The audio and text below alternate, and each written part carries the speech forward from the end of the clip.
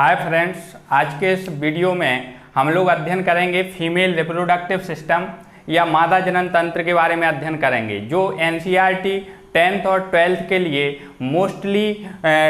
Mostly topic है।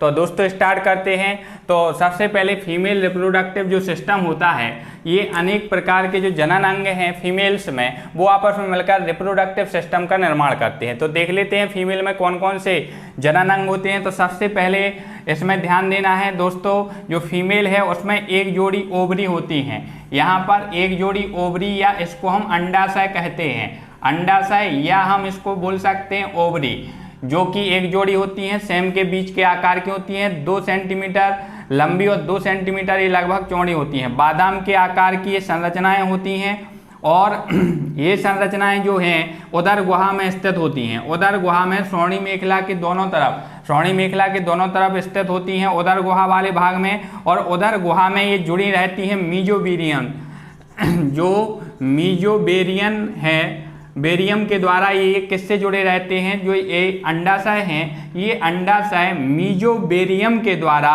ही उदर गुहा से जुड़े रहते हैं। जबकि एक और संरचना के द्वारा ये गर्भाशय से भी जुड़े होते हैं, ओवेरियन लिगामेंट के द्वारा, ओवेरियन लिगामेंट के द्वारा ये जुड़े होते हैं। किसके द्वारा? तो ये जुड़े रहते हैं गर्भाशय की दीवार से जुड़े रहते हैं। तो मीजोबेरियम से किससे जुड़े रहते हैं? उदर गुहा से। और ओवेरियन लिगामेंट के द्वारा ये किससे? गर्भाशय की भित्ति से अटैच रहते हैं, जुड़े रहते हैं। तो ये अंडाशय संरचना है।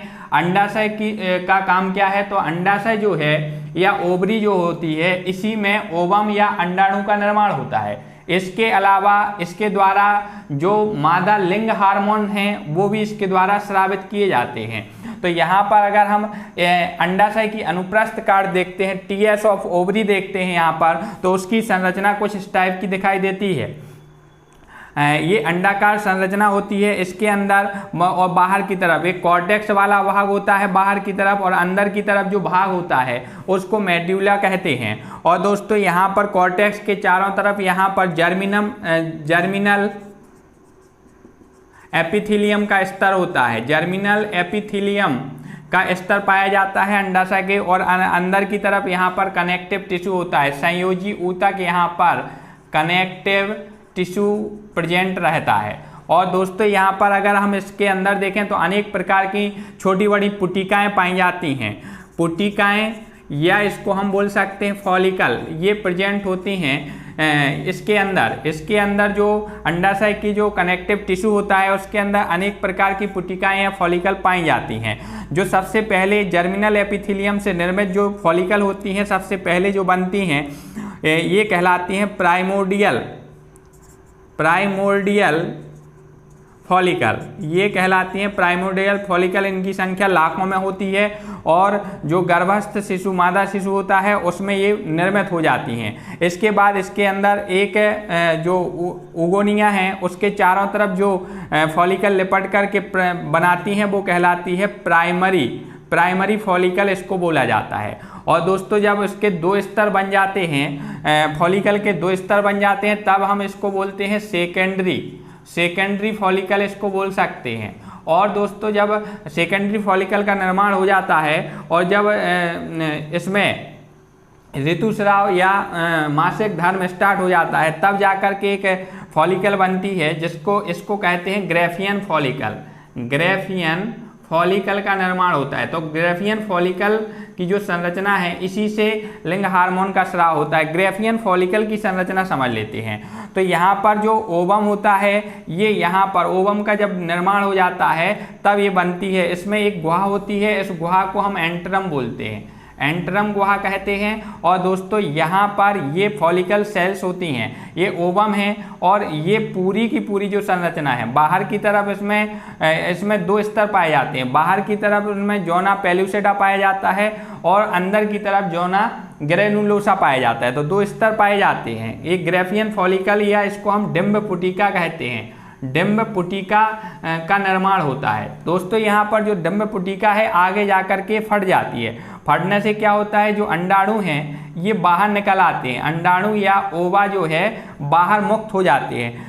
जब डिंब पुटिका फटती है, अंडाणु बाहर निकलते हैं, इस क्रिया को क्या कहते हैं? तो दोस्तों आपको याद रखना है, अंडोत्सर्ग कहते हैं। अंडोत्सर्ग बोल सकते हैं या इसको ओव्यूलेशन कह सकते हैं। ओव्यूलेशन या अंडोत्सर्ग की जो प्रोसेस होती है वो यहाँ पर बाहर ये मुक्त हो जाते हैं, उदर गुहा में मुक्त हो जाते हैं। इसके बाद ये जो जर्मिनल एपिथेलियम है ये बंद हो जाती है, इसकी रिपेयरिंग हो जाती है। और इसके अलावा ये जो संरचना है, इसमें जो सेल्स वगैरह हैं, ये सभी मिलकर एक आगे जाकर के एक संरचना बनाती हैं। इस संरचना को हम कॉर्पस ल्यूटियम कहते हैं। कॉर्पस ल्यूटियम संरचना कहते हैं। और ध्यान देंगे, कॉर्पस ल्यूटियम संरचना तब तक बनी रहती है जब अंडाणु में फर्टिलाइजेशन की क्रिया हो जाए। फर्टिलाइजेशन की अगर क्रिया हो जाती है तो कॉर्पस ल्यूटियम बना रहता है, और अगर फर्टिलाइजेशन की क्रिया नहीं होती है तो ये एक संरचना में, हेरासिस संरचना में चेंज हो जाती है,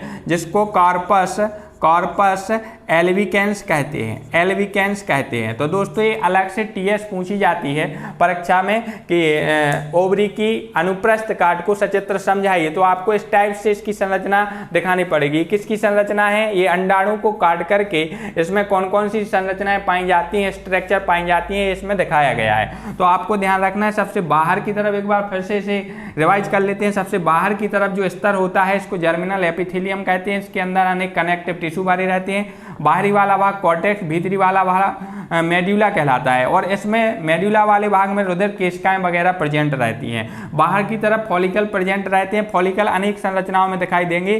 पहले फॉलिकल प्राइमोडियल फॉलिकल होते हैं, फिर वो प्राइमरी फॉलिकल बन जाते हैं, फिर वो सेकेंडरी फॉलिकल, और सेकेंडरी फॉलिकल ही बाद में किसमें चेंज हो जाता है? ग्रेफियन फॉलिकल में चेंज हो जाता है। ग्रेफियन फॉलिकल जब फटता है, डिंब पुटिका फटती है, तो अंडाणु बाहर निकल आते हैं। इस क्रिया को अंडोत्सर्ग कहते हैं। और ये जो संरचना है, ये संरचना बाद में कॉर्पस लूटियम में परिवर्तित हो जाती है। कॉर्पस लूटियम एक संरचना होती है जो फर्टिलाइजेशन के बाद जो शिशु का विकास होता है उसके लिए विभिन्न प्रकार के हार्मोन्स को स्रावित करते हैं, जैसे प्रोजेस्टेरोन हार्मोन है या मादा हार्मोन है, लिंग हार्मोन, ये इसको स्रावित करती हैं। और अगर फर्टिलाइजेशन की क्रिया नहीं होती है तो ये जो संरचना है आगे कॉर्पस एल्बिकेंस में, हेरासिस संरचना में चेंज हो जाती है। तो ये स्ट्रक्चर थी किसकी?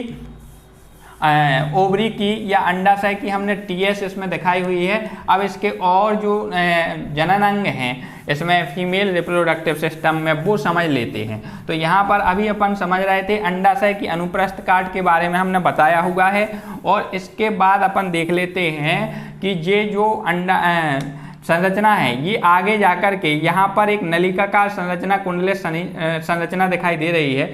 इसी संरचना को क्या कहा जाता है? तो इसको ध्यान रखना है, इसको कहा जाता है ओविडक्ट।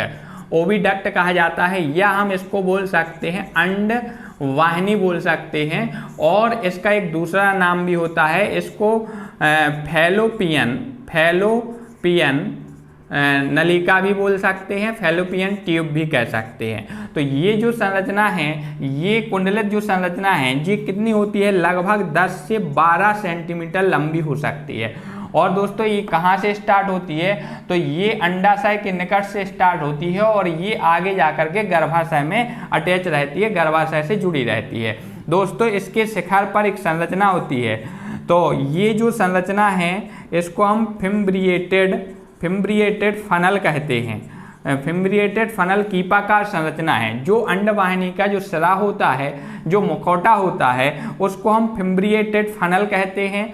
और इस फिम्ब्रिएटेड फनल में भी अनेक प्रकार के रोमाभ जैसी संरचनाएं निकली रहती हैं। इन रोमाभ जैसी संरचनाओं को फिम्ब्री कहते हैं। इनको क्या कहते हैं दोस्तों? तो इनको कहते हैं फिम्ब्री कहते हैं। और यहाँ जो फूला हुआ भाग होता है, जो फिम्ब्रिएटेड फनल का फूला हुआ भाग होता है, इसको एम्पुला कहते हैं। क्या कहते हैं दोस्तों? एम्पुला कहते हैं। और ये इसको अंडाशय को चारों तरफ से यहाँ पर, जैसे ही इनमें अंडोत्सर्ग की क्रिया होती है, मतलब अंडाशय से जैसे ही अंडाणु बनते हैं तो ये अंडाणु कौन ग्रहण कर लेता है? ये अंडाणु फिम्ब्रिएटेड फनल ग्रहण कर लेती है। और ये अंडाणु यहाँ पर आ जाता है कहाँ पर, ओविडक्ट या फैलोपियन ट्यूब में, जो कि 10 से 12 सेंटीमीटर होती है। दोस्तों यहाँ जो अंडाणु आ गया है, जो ओवम यहाँ पर आ गया है, या जो ओवा यहाँ पर आ गया है, इसको ओवा या ओवम बोल सकते हैं, तो ये ओविडक्ट या अंडवाहिनी में ही प्रेजेंट रहता है। जो फर्टिलाइजेशन की क्रिया होती है, क्वेश्चन पूछा जाता है फर्टिलाइजेशन निषेचन की क्रिया कहाँ होती है, तो फर्टिलाइजेशन या निषेचन की क्रिया अंडवाहिनी या हम बोल सकते हैं फैलोपियन ट्यूब में होती है। दोस्तों ये थे दो हो गए, एक जोड़ी अंडाशय पाए जाते हैं और एक जोड़ी मादा में अंडवाहिनी या फैलोपियन ट्यूब पाई जाती हैं। और तीसरी जो इसकी संरचना होती है उसको कहते हैं यहाँ पर गर्भाशय।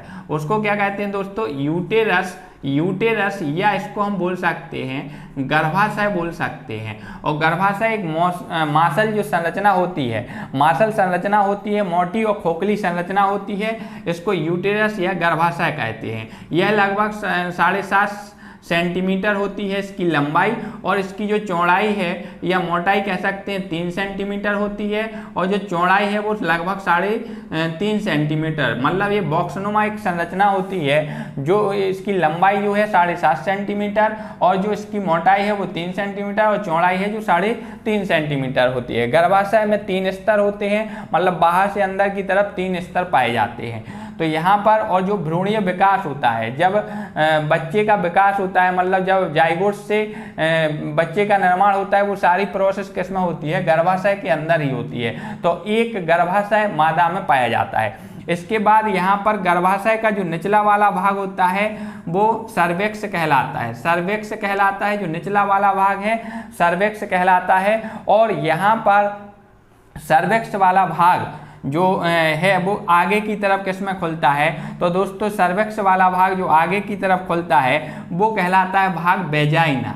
वेजाइना कहलाता है, या इसको हम योनि बोल सकते हैं। योनि या वेजाइना में ये जो है वो खुलता है कौन सा, सर्वेक्स। जो गर्भाशय का निचला वाला भाग है वो कहाँ खुलता है, योनि या वेजाइना वाले भाग में खुलता है। और यहाँ पर देख लेते हैं, यहाँ जो एक संरचना दिखाई दे रही है, यहाँ पर जो संरचना दिखाई दे रही है, इस पूरी संरचना को वेस्टिबुली कहते हैं। वेस्टिबुली कहते हैं इस पूरी संरचना को, प्रकोष्ठ बोल सकते हैं। और अगर इस प्रकोष्ठ को वेस्टिबुली है और इसमें जो भी संरचनाएं हैं सभी संरचनाओं को मिलाकर के क्या कहते हैं, तो यहाँ पर एक चीज़ ध्यान रखें, भाग या जो बलवा है ये बोल सकते हैं पूरी संरचनाओं को। योनि ऑर्गन जितने भी हैं इन सभी को मिलाकर भाग या बलवा कहते हैं। यहाँ थोड़ा सा समझ लेते हैं संरचनाएं। तो यहाँ वेस्टिबुली या हम बोल सकते हैं भाग या जो बलवा होता है, अगर हम इसकी संरचना देखें तो इसमें दो, एक होता है सबसे बाहर की तरफ जो प्रकोष्ठ होता है, ठीक है, इसको बोलते हैं मेजोरा बोल सकते हैं। और जो यहाँ पर इसको बोल सकते हैं लीविया मेजोरा, और जो छोटा होता है उसको बोल सकते हैं लीविया मिनोरा। ठीक है, ये दो ओंठनुमा संरचना होती है, मासल संरचना होती है, त्वचा से निर्मित संरचना होती है। तो दो ओष्ठनुमा संरचना होती है, भाग या बलवा में ये शामिल होती है। लीविया मेजोरा और लीविया मिनोरा, ये दो ओष्ठ होते हैं। इसको हम बोल सकते हैं ये दीर्घ प्रकोष्ठ कहलाता है, मेजोरा बाहर वाला बड़ा, और जो उससे अंदर की तरफ होता है जो केवल संरचनाओं से उस बना होता है, त्वचीय संरचनाओं से ऊतक से मिलकर बना होता है, फैट से, उसको लीविया मिनोरा कहते हैं। तो दो ओष्ठ होते हैं। और यहाँ पर देखेंगे इसी ओष्ठ के नीचे की तरफ अगर हम देखें, यहाँ पर एक छिद्र दिखाई दे रहा है। ये जो छिद्र है इसको हम बोलेंगे वेजाइनल एपर्चर कहते हैं। वेजाइनल एपर्चर यहाँ पर पाया जाता है नीचे की ओर, और ऊपर की तरफ जो एक छिद्र दिखाई दे रहा है इसको यूरेथ्रल ओपनिंग कहते हैं। ये जो संरचना है इससे जो मूत्र है, यूरिन है, ये स्रावित होता है, यूरेथ्रल ओपनिंग से बाहर निकलता है। और जो वेजाइनल एपर्चर है इसमें जो मैथुन क्रिया है, कॉपुलेशन की क्रिया है, और उसमें नर का जो सेशन है या पेनिस संरचना है वो इसी में प्रवेश करती है। तो यह ध्यान रखना है, वेजाइनल एपर्चर नीचे की ओर होता है और ऊपर की तरफ यूरेथ्रल ओपनिंग होता है जिससे कि मूत्र या यूरिन बाहर निकलता है।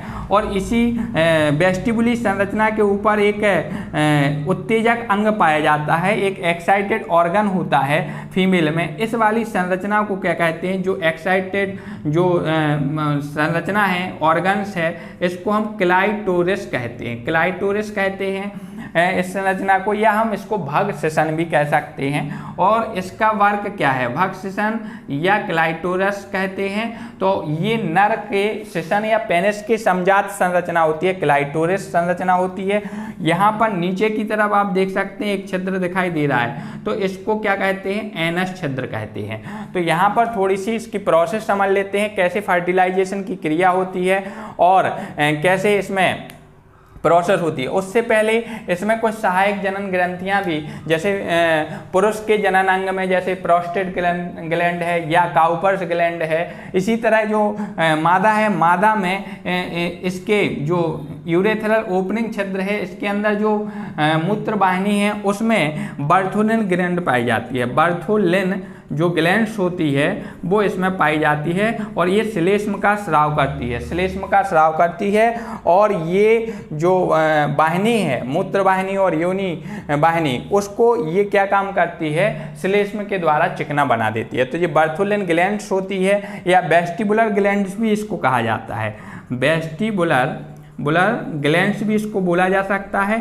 इसके अलावा अब हम इसमें देखते हैं फर्टिलाइजेशन कैसे होता है। तो नर का जो सेशन होता है, पेनिस संरचना, उसके द्वारा इसमें वीर को छोड़ दिया जाता है और वीर छोड़ दिया जाता है। वीर में जो भी शुक्राणु होते हैं, चूंकि हम जानते हैं कि शुक्राणु चल होते हैं, उनमें पूंछ होती है, तो जो शुक्राणु हैं वो गर्भाशय से होते हुए कहाँ पहुँच जाते हैं, ये पहुँच जाते हैं अंडवाहिनी में। तो दोस्तों इस प्रकार ये अंडवाहिनी में पहुँच जाते हैं। जितने भी शुक्राणु यहाँ पर पहुँचेंगे, जितने भी स्पर्म यहाँ पर पहुँचेंगे, उनमें से कोई एक स्पर्म ही ओवम से फर्टिलाइज करेगा। यहाँ पर एक जो स्पर्म है वो यहाँ पर उसका केंद्रक और ओवम का केंद्रक दोनों मिल जाते हैं। इस प्रकार क्या बनेगा, जाइगोट बनेगा। ध्यान देंगे क्या बनेगा, जाइगोट, युग्मनज बनेगा। जब ये दोनों केंद्रक मिल जाएंगे तो क्या बनेगा, युग्मनज। और इसमें क्या होगा, एम्ब्रियोनिक डेवलपमेंट होगा। तो एम्ब्रियोनिक डेवलपमेंट भ्रूणीय विकास होगा। भ्रूणीय विकास में पहले क्लीवेज अवस्था होती है जिससे 1 से 2 कोशिकाएं बन जाती हैं। क्लीवेज अवस्था के बाद